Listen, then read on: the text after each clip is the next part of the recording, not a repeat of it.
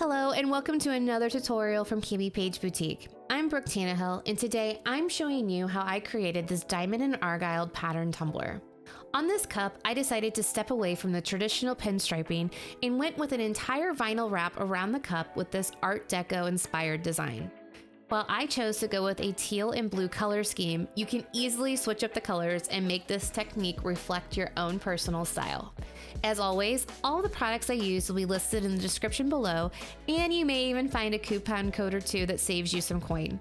Also, come join our exclusive Facebook group where you can take advantage of upcoming freebies and giveaways that you aren't going to want to miss. So without further hesitation, let's go ahead and get started. For this design, I chose to use a 30-ounce Straight Skinny from Parish Tumblers, and the template that you see that I cut over on the side will be linked in my Facebook group, but also it is sized specifically for this tumbler. So all you have to do is cut it and you are good to go. But what I'm doing here is I am lining up the vinyl template as straight as possible on the cup, and I'm just going to apply it how I do any other vinyl wrap. I chose to use a removable vinyl, and I will link that down in the description. But what this allows you to do is to get your awesome diamond design without having to struggle with permanent vinyl. So this is just a stencil vinyl that I've used on a couple of other cups, and it works really well for this type of, I don't want to call it peekaboo, but for getting those good and nice patterns on a cup. So a quick recap of what I'm doing on screen is I cut out my diamond pattern on the stencil vinyl, removed any excess vinyl that we don't want on the cup, applied transfer tape over the top of the design, and I just cut off a tiny bit of the vinyl backing to secure the vinyl, and then I slowly applied it to the rest of the cup, just using my squeegee and pushing down and getting everything nice and lined up and laid out perfectly for the next steps of the design. So you can see here, I'm just removing the transfer tape after I have the vinyl applied, and then we'll be able to move into the next steps of the cup. Now I had to reapply my vinyl afterwards, and so you'll see here in a second that you'll see that when I pulled the first vinyl application, it took off all of the spray paint, but I'll show you how I accommodate for that. But what I'm doing here is I'm mixing a 1-to-1 ratio of acrylic paint and Mod Podge so that I can lay down a good adhesive for the glitters that we'll be using. Once I get it mixed up, I'm good to remove the first diamond from our pattern that we're doing here. And you'll see here that all of that spray paint is gone, like I mentioned, but I'm going to grab probably a 3/4 of an inch brush right there, and it's got a flat edge. Now, I think that that's super important for this design because it allows you to get really crisp lines as you remove more of the vinyl pattern that we're using for this cup. So if you have a flat brush, I would recommend it, but don't think you have to go to the store and go buy a flat brush just for this design. Once I have a good layer of the adhesive down, I come in with my first glitter color, which is Boujie Blue Box from Boujie Glitter Boutique. And I love these glitters because you get such great coverage, and that's only one layer of glitter over a stainless steel base, and you can see it looks beautiful. After I have that section done, I make sure to move to the back of the cup. And the reason why I do this is because we want to give the glitter and the adhesive a chance to dry before we lift up any of the vinyl right immediately around the diamonds. So I do the same technique that we did before. This time I'm using Timeless Teal from Boujie Glitter Boutiques. I love this color. It's such a deep teal color that is just absolutely beautiful, and I feel like it really helped to bring this design together. I'm going to continue to pull off diamond designs around the cup. Granted, I'm trying to get diamonds that are still part of the pattern that aren't touching for as long as I can, but I'm just going to continue to apply the acrylic paint and Mod Podge mixture. Here I'm using True Teal from Boujie Glitter Boutique, and I'm just going to continue to apply the glitters as I move around the cup. So here is the first instance where I have two diamonds together that will be sharing an edge that has already been glittered on one side. And this is really where this flat paintbrush comes into play, because it allows you to get the adhesive that you're using as close to the already glittered edge as possible without as many opportunities of contamination of the other glitter. Granted, we will be applying vinyl over the kind of the places where the two glitters join. So you're going to still give the look and the appearance of perfectly straight lines. But if you have any oopsies, it's not that big of a deal. We'll be covering most of it and nobody's gonna know the difference. So I am just completing the rest of the unglittered diamonds around the cup, and the color I'm still using right here is True Teal, but then I also use Starlight from Boujie Glitter Boutique's Bora Bora in Robin's Egg, and I really feel like those colors really complete that overall teal and blue color scheme that I was looking for. I did not plan out where I had the glitter colors on this cup, but you can absolutely do this. I just picked and tried to make sure that no two colors were touching, and that's how she turned out. Now, one thing I'd like to call out, that if you feel like you didn't get great coverage, you could spray seal this cup and then go in with Mod Podge for a second layer to get great coverage before you move into the next steps. Now it's time for the bottom of the cup. Now I just decided to use Timeless Teal on the bottom because I really liked how deep and dark the blue was. Well, I guess it's a teal, but all I'm going to do is I'm just freehanding this. You could absolutely tape it off if you wanted to do it, but I'm just applying Mod Podge to the bottom and then coming in with the Timeless Teal. One thing I do want to call out is that I did spray seal this twice with Rust-Oleum Gloss Clear before I did this, just because I wanted to make sure that I didn't have any movement when I was applying the bottom. Now it's like deja vu, but I also wanted to show you guys how I do this in case you did want to apply a second layer to the diamond spots. But I didn't feel like I got as great of coverage on the bottom when I glittered it the first time. So I'm just taking painter's tape, marking off the section, and then I'm just going to take just straight Mod Podge to the bottom and do a second coat. So again, this is exactly how you would do it if you needed to get a second coat on the diamond section, but I'm just using a cheap paintbrush and just painting over the section. I am spending a little extra time at the where, like, I wouldn't say the rim, but where the section meets the blue painter's tape, just because I don't want to get too much Mod Podge there to where it could potentially get underneath the tape and then cause some of the blue glitter to bleed up the cup. So I'm just taking my little sweet time here just to make sure that I'm keeping as crisp of lines as possible. And then I'll just come in with the Timeless Teal again and just cover this, and you'll see just how beautiful it comes out.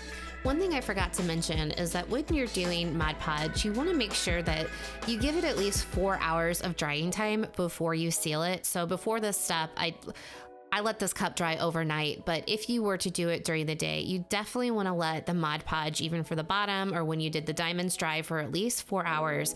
And then you want to spray seal them pretty heavily before you do any of the next steps. So even after I did the bottom, and this is the second coat of glitter, I spray sealed everything really well before we moved into epoxy. After everything was good and dry, it was time to move into the first coats of epoxy.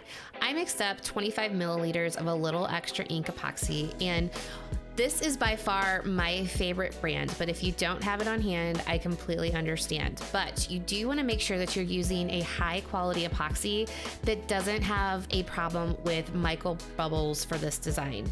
Now, the reason why is because you're going to see every single one of them when we do the vinyl and then just the overall design. So make sure that you're using an epoxy that doesn't have a tendency to create a bunch of micro bubbles, because you are going to see them, because there is such an emphasis on the glitter and the vinyl with this cup. And shameless plug, but that is also why I only use a little extra, because it just cuts down on all of those instances of horrible micro bubbles. Once I get it applied, I'm going to grab my torch and just pop anything that might have popped up. See what I did there? When applying the epoxy to the cup. But this also just makes sure that you're not getting any of those bubbles that is going to take away from the beautiful sparkle of your glitters that you see here. This cup did need 2 layers of epoxy before it was smooth and before we were able to move into the next steps. So the second coat needed 20 milliliters and we were good to go. If you've watched one of my tutorials before, I'm sorry this is so repetitive, but I want to include it as much as possible because it's super important. What I'm doing here is I'm taking my 120 grit flap wheel and my Dremel. The flap wheel is also from the Dremel brand, and I'm exposing a tiny sliver of stainless steel for my next layers of epoxy to adhere to. What this does is it allows the epoxy direct contact with the stainless steel, and it creates a protective barrier that prevents fluids or when you wash it, whatever, from getting in behind the epoxy and causing the epoxy to flake away. So this step is super important. Sorry I'm harping on it, but please do this to make sure that you have the best quality cups in the future. Once I'm done with the Dremel, I grab my 120 grit sanding block and I just knock down any high spots that might still be around the cup. And I like to do this by hand, especially if there's super high spots or if there's any rough spots around the bottom rim, because we want to have a super smooth surface. But I feel like when I use my orbital sander around the bottom and there's just a lot of bumpy spots, I don't get that consistently smooth edge. So I like to come in with the hand sander first, just to make sure I've got a good base, and then I'll come in with the orbital sander. So again, focusing at the bottom. I also like to focus at the top rim, and granted I'm not showing it here, because sometimes the Dremel can create some almost like, not pokey bits, but just rough parts where we use the flap wheel. So by coming in with the sanding block, it just helps me to smooth that down and get a nice kind of evenly, I guess, even rim at the top for the next step, which is the orbital sander. Now, you're probably thinking, Brooke, why are we sanding this cup so much? Well, there's a couple of things I want to call out. First off, make sure that you at least have 2 coats of epoxy over your glitter before you move to this step. And the second one that I want to show you is that even though the cup is smooth to the touch, you can see that there's areas where there's inconsistencies. So the way to spot them is here. You can see where there's low points or places that aren't being sanded. And that's not what you want for this style of cup, especially when we're using the highly reflective mirror vinyl that we are for this design. You need to take the extra step and sand it as smooth as possible before moving into this next part. After you get it sanded, you do not need to move into another coat of epoxy. Just wash the cup with Dawn dish soap and water, let it dry, and now it's time for the full vinyl wrap. Now, I personally think that this is easier than the pinstriping because you don't have to worry about getting the spacing perfectly even around the cup, because any little bit off, you can immediately see it because it's not visually appealing. But what I'm doing here, I just cut a little bit of the backing of the vinyl wrap off, and I am holding the vinyl straight to the cup to get it as straight as possible, because my goodness does this matter.